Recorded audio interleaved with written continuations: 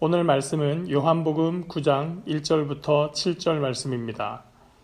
예수께서 길을 가실 때에 날 때부터 맹인된 사람을 보신지라. 제자들이 물어 이르되 랍비여, 이 사람이 맹인으로 난 것이 누구의 죄로 인함이니이까? 자기니이까 그의 부모니이까?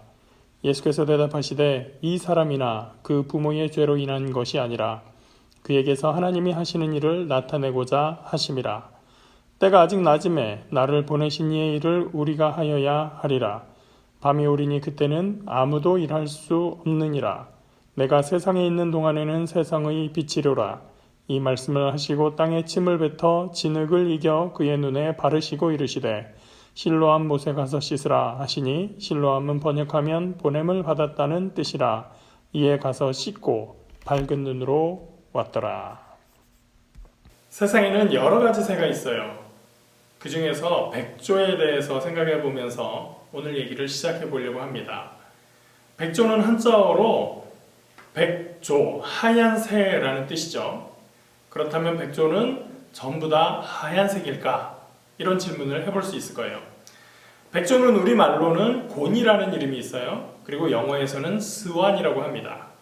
근데 이 우리말 곤이나 영어 스완에는 흰색이라는 뜻이 없죠. 그런데 사람들은 이 곤이, 스완이 다 흰색이다 이렇게 생각을 하고 있었어요. 왜냐하면 흰색 말고는 다른 색의 새를 본 적이 없었기 때문이겠죠. 서양의 고전에 보면 블랙 스완이라는 단어가 가끔 나온다고 해요. 서양 사람들도 스완은 다 흰색인 줄 알았었는데 왜 블랙 스완이라는 말이 나올까? 알고 봤더니 이 블랙 스완이라는 말을 사용할 때는 세상에 없는 어떤 존재, 아니면 일어날 것 같지 않은 어떤 상황, 사건, 그런 것들을 얘기할 때 블랙 스완이라는 말로 은유적인 의미를 표현했다고 해요. 그런데 17세기에 어떤 생체학자가 호주를 여행을 하다가 스완인데 검은색 스완을 발견을 한 거예요. 블랙 스완을 발견을 하게 된 거죠. 그때부터 이 블랙 스완의 뜻이 바뀌게 되었어요. 이제는 블랙 스완이라고 하면 불가능하다고 생각했던 어떤 것이 실제로 발생했다라는 의미로 사용하게 되었던 거죠. 논리학의 방법론에서 귀납적인 방법이라는, 혹은 다르게 말하면 귀납법, 이런 방법이 있습니다. 이게 뭐냐면 어떤 구체적인 사실이나 어떤 현상을 관찰하고 거기에서 원리나 원칙을 발견하는 방법을 얘기해요. 예를 들면 이런 게 있어요. 요즘 같으면 거리에 나갔을 때 굉장히 많은 사람들이 마스크를 착용을 하고 있어요. 아마 10명 중에 8명, 9명 정도는 마스크를 다 착용을 하고 있을 거예요. 그러면 뉴스도 전혀 안 보고 이 상황이 무슨 상황인지 전혀 모르는 사람이 그 거리에서의 사람들만 봐도 무슨 생각이 들까요? 뭔가 이 호흡과 관련된 문제가 지금 이 사회에 있구나. 그러면 나도 저 마스크를 착용해야겠어. 이런 생각을 하게 되죠. 이런 것이 바로 귀납적인 방법, 귀납법이라고 할 수 있는 거예요.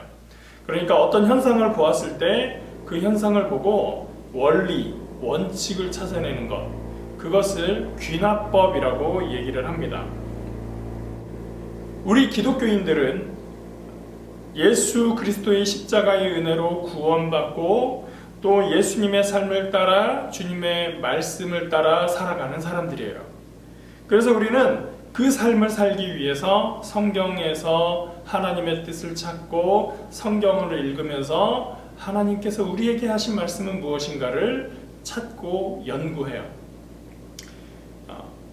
그런데 이 귀납법적 성경 연구 혹은 귀납법적 성경 묵상이라는 방법이 한때 유행을 했었습니다. 성경의 사건이나 말씀을 보고 우리의 삶에 적용을 하고 우리 믿음의 교훈을 얻는다라는 방법인데, 이 방법은 나쁜 방법은 아니지만 어쩌다가 실수가 나올 수도 있어요.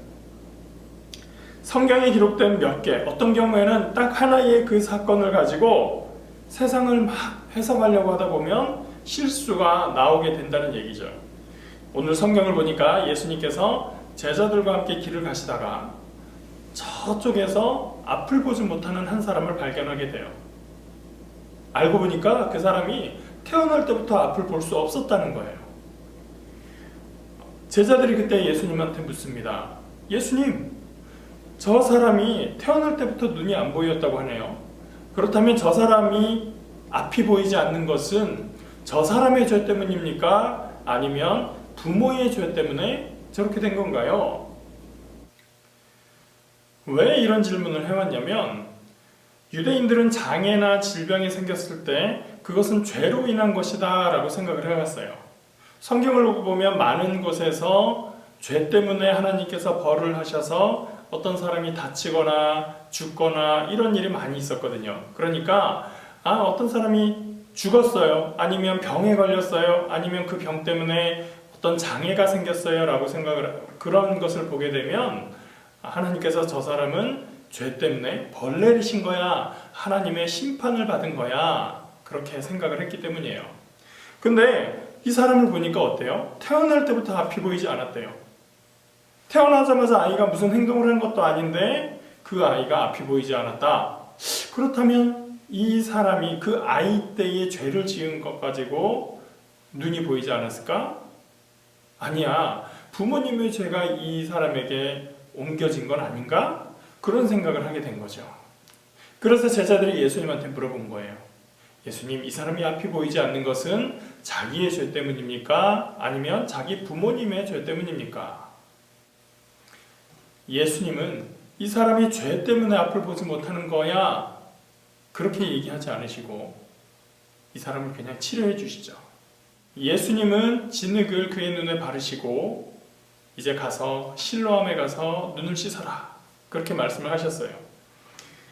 이 사람이 그 말씀대로 가서 실로암에서 눈을 씻었더니 눈이 보이게 되었어요. 그때 사람들은 알아차리게 되는 거죠. 예수님은 하나님의 창조의 능력을 가진 분이구나.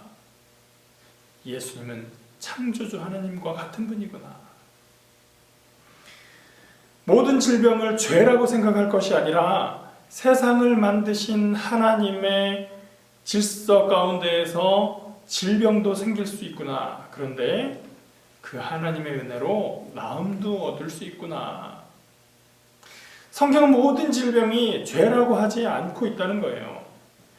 지금 우리는 어떻게 생각하고 있어요? 병이 있으면 다 죄라고 생각하나요? 그렇게 생각하지 않아요. 어떤 사람이 교통사고를 당해도 너 죄 때문이야 라고 그렇게 얘기하지 않아요. 세상을 살면서 아플 때도 있고 사고를 얻을 때도 있어요. 그런데 우리가 믿고 있는 것은 무엇이냐면 그런 상황에서도 우리는 하나님의 인도하심을 깨달을 수 있고 하나님의 치료하심을 알게 되고 하나님의 역사하심을 우리는 경험할 수 있어요. 좀 전에도 얘기했지만 사람들이 요즘 가장 걱정하는 것이 무엇일까요? 바로 코로나 전염, 그것일 거예요. 그런데 이 바이러스 전염을 놓고서 어떤 분들이 이것은 하나님의 심판이다, 그렇게 이야기하는 분들이 있다고 그래요. 성경에 보면 전염병은 하나님의 심판이었다, 그러니까 이 코로나도 하나님께서 심판하신 것이다, 그렇게 이야기를 하신다는 거예요. 이런 주장에 몇 가지 문제가 있습니다. 제일 처음에 이야기한 백조 얘기 있었죠. 모든 백조는 다 하얗다라고 생각을 했는데 알고 보니 검은 백조가 있었어요. 검은 스완이 발견이 됐어요. 모든 것을 다 경험하기 전에 어떤 몇 가지 사례만 보고 다 그래 라고 이야기하기 쉽지 않다는 거예요. 성경에서 어떤 사건을 가지고 전염병을 하나님께서 질병으로 전염병을 주셨을 수는 있지만 모든 전염병이 다 죄에 대한 심판에 의해서 주어진 것이냐? 그렇지 않다는 거죠. 그저 어떤 상황과 사건 속에서 하나님께서 징벌로서 전염병을 주신 경우는 있지만 예를 들면 그런 것이 있어요. 출애굽기에서 10가지 재앙이 나와요. 이집트에 10가지 재앙이 주어지게 되는데 그 중에 하나가 전염병이 있었어요. 그 전염병은 이집트 사람들의 죄 때문에 주어진 것인가? 물론 이집트 왕 바로가 하나님의 말씀을 순종하지 않았다, 그것이 죄다 라고 볼 수도 있지만, 그보다 더 큰 것은 뭐냐면 이집트까지도, 그 질병까지도 역사하시는 하나님의 능력, 이스라엘을 지키고자 하시는 하나님의 능력, 그것을 보여주는 것이 이집트의 10가지 재앙이었어요. 그러니까 이 코로나 바이러스를 비롯해서 뭔가 전염병이 돌 때마다 메르스도 심판이야, 사스도 심판이야, 뭐 이렇게 이야기를 한다면 그것은 문제가 크게 되는 거죠. 그렇게 됐을 때 더 심각한 문제가 생겨요. 뭐가 심각하게 되냐면 그 해결 방법이 없어지게 된다는 거예요. 그것이 하나님의 심판이라고 한다면 해결 방법은 뭐가 될까요? 죄를 회개하면 해결되어야 돼요. 14세기에 흑사병이라고 하는 전염병이 있었습니다. 이 치사율이 95%나 되는 굉장히 무서운 전염병이었어요. 사람들은 이 전염병이 냄새로 전달된다, 그렇게 생각을 했다고 해요. 당시에는 지금처럼 세균이나 바이러스나 이런 거에 대한 의식이 없을 때였었죠. 그래서 코를 막고 시술을 하면 된다고 생각을 했던 거예요. 그리고 피를 흘려내면, 그 사람의 병에 걸린 사람에게서 피를 뽑아내면 그 사람이 나을 수 있다고 생각을 한 거예요. 그래서 의사가 코를 막고 환자의 피를 뽑아냈대요. 어떻게 됐겠어요? 그 피 때문에 더 많은 사람들이 질병에 걸리게 된 거예요. 많은 사람들이 자꾸 질병에 걸려요. 이 전염병이 자꾸 걸리게 됐어요. 그러니까 교회에도 가서 사람들이 막 묻는 거예요. 왜 하나님이 이 질병을, 이 전염병을 우리한테 보내셨나요? 근데 교회에서도 잘 모르잖아요. 바이러스 잘 모르잖아요. 세균도 잘 모르잖아요. 그때 교회에서 준 답변이 그거예요. 이교도 때문이야. 유대인 때문이야. 그 사람들을 죽여야 돼. 그리고 우리의 죄를 회개하기 위해서 우리 자꾸 모여서 미사를 드려야 돼. 예배를 드려야 돼. 그렇게 얘기를 했던 거예요. 그래서 사람들이 자꾸 이 사람 저 사람 잡으러 다니고 성당에 모여서 미사 드리고 그런 일을 했어요. 그것 때문에 더 많은 질병이 퍼지게 되고 결국 그 흑사병으로 유럽에서 죽은 사람이 2,500만 명이나 된다고 그래요. 2,500만 명이면 그 당시 유럽 인구의 3분의 1에 해당하는 인구였다고 그러죠.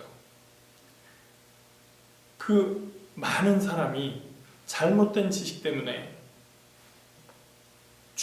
목숨을 잃게 된 것이었죠. 어떤 분들이 이번 코로나 바이러스는 중국의 최고 지도자인 이 시진핑 주석이 교회를 폭파하고 기독교인들을 핍박하면서 기독교를 박해했기 때문에 주어진 하나님의 심판이다라고 이야기를 했다 그래요. 저는 이렇게 질문하고 싶어요. 첫 번째, 그러면 하나님이 시진핑에게 벼락을 내려서 그 사람만 아프게 하고 그 사람만 죽게 하면 되지. 그리고 왜 이 한국에 이렇게 많은 사람들이 전염병을 갖게 하시는가? 어떤 사람은 그 와중에 그것은 신천지를 하나님께서 혼내시기 위해서 하는 거야 라고 얘기할 수도 있어요. 좋다. 그렇다 치자. 그러면 부산 온천교회에 많은 사람들이 이 코로나 바이러스에 감염이 됐어요. 또 강남에 있는 소망교회라는 큰 교회의 성가대 대원이 이 코로나 바이러스에 감염이 됐어요. 명성교회는 거기에 있는 목사님 한 분이 코로나 바이러스에 감염이 됐어요. 그분들은 왜? 또 그분들 때문에 전염된 다른 사람들도 있을 수 있잖아요. 그 사람들은 무슨 잘못이야? 두 번째, 그래, 죄 때문이라고 칩시다. 일단 이게 뭔가의 잘못에 대한 하나님의 심판이라면 그 심판을 당하는 사람, 죄에 대해서 벌을 받는 사람은 이것이 나의 무슨 죄 때문이다 라는 것에 대해서 알아야 되지 않을까요? 시진핑이 이 전염병을 보고 내가 기독교를 핍박했더니 이 백성이 이렇게 전염병으로 고생을 하는구나, 이걸 알아야 되지 않을까요? 근데 그 사람이 그 사실을 알고 있나요? 절대 못 알아채죠. 혼나는 것 중에 제일 나쁜 게 뭐냐면 목사님 생각에는 이유도 모르고 혼나는 것 같아요. 세 번째, 코로나가 죄 때문에 심판한 거라고 하면 해결 방법이 뭐가 될까요? 여러분이 뭔가 잘못을 했다고 쳐요. 무슨 잘못을 했을까? 한번 생각을 해볼까요? 예를 들어서 목사님 형이 없지만 목사님한테 형이 있는데 우리 형이 욕하는 걸 되게 싫어해. 근데 목사님이 욕을 했어요. 형이 그걸 들었어. 그래서 이놈아 욕하지 말라 그랬지? 꽝! 한 대 때렸어요. 그때 형 듣는 데서 목사님이 욕을 한 번 더 했어요. 형이 화나서 한 대 꽝! 더 때렸어. 화난다고 욕을 한 번 더 했어. 그랬더니 형이 꽝! 또 때렸어요. 너무 아파. 잘못했어요. 이제 욕 안 할게요. 그러면 어떻게 해야 돼요? 형이 또 빵 때려줘야 돼요? 아니죠. 이제는 잘못했다고 하고 이제 욕 안 한다고 했으니까 더 때릴 필요가 없어요. 만약에 이 코로나가 죄 때문이라고 하면 시진핑이 잘못했어요 하는 순간 다 사라져 버리겠죠. 굳이 바이러스 때문에 치료제도 만들고 아니면 백신도 만들고 그럴 필요가 없어요. 거꾸로 시진핑이 계속 회개도 안 하고 잘못했다고도 안 해요. 그러면 아무리 백신을 연구하고 아무리 치료제를 연구해도 이 병은 절대로 나을 수가 없어요. 왜? 시진핑이 회개 안 했으니까. 우리는 계속해서 백신을 연구해야 되고 계속해서 치료제를 만들어야 돼요. 그리고 보통 시민들은 서로 전염되지 않기 위해서, 전염시키지 않기 위해서 마스크도 쓰고 손도 열심히 씻어야 돼요. 그렇게 해야 이 문제가 해결이 되는 거예요. 언제까지? 시진핑이 회개할 때까지가 아니라 이 사태가 다 지나갈 때까지, 치료제가 나오고 백신이 나올 때까지 우리는 계속해서 조심해야 돼요. 또 어떤 분들이 우리는 하나님이 다 막아주세요. 믿는 사람들을 믿음으로 하기 때문에 하나님이 그 병 걸리지 않게 해주세요. 얼마 전에 신천지 부산지파에서 말하는 녹음 내용이 언론에 보도가 됐습니다. 뭐라고 하냐면 중국에 우한폐렴이 있는데 거기에 자기네 지교회가 있다는 거예요. 그러면서 이런 말을 해요. 거기에 중국 사람들이 700명씩 죽고 수천 명씩 확진자가 3만 명이 넘는데, 그런데 우한에 있는 자기네 신도들은 한 사람도 이 폐렴에 걸리지 않았다는 거예요. 그러면서 우리가 믿음 안에서 신앙을 잘 지키면 하나님께서 다 지켜주십니다. 그러니까 사람들이 막 아멘 하고 박수치고 막 그래요. 신천지에 나온 사람이나 뉴스에 나와서 그런 얘기하는 분이나 무슨 차이가 있어요? 이런 전염병 사태에서 우리 그리스도인들은 어떻게 해야 될까요? 세상에 어려운 일이 있을 때 하나님은 우리에게 너는 그 어려움을 어떻게 피했니? 그렇게 물어보실 것 같지 않아요? 하나님은 우리에게 너는 그때 내 이름으로 뭘 했니? 그걸 더 물어보실 거예요. 한 2, 3주 전에 어떤 유튜버가 전철 타서는 마구 기침을 하면서 나는 우한에서 왔습니다. 나는 폐렴이에요. 나를 피하세요. 막 그런 영상을 찍고 올렸다 그래요. 그래서 그것 때문에 경찰에 붙잡혔어요. 또 어떤 사람은 신종 코로나 3번 확진자의 이동 경로입니다 하고서 전혀 상관없는 업체의 이름을 막 올렸다고 그래요. 그 사람도 경찰의 추적을 받는다, 뭐 이런 얘기가 올라왔어요. 어떤 사람은 마스크가 비싸지면 팔겠다고 한 100만 장씩 뭐 수십만 장씩 자기 창고에다가 쟁겨놓았던 사람도 있었어요.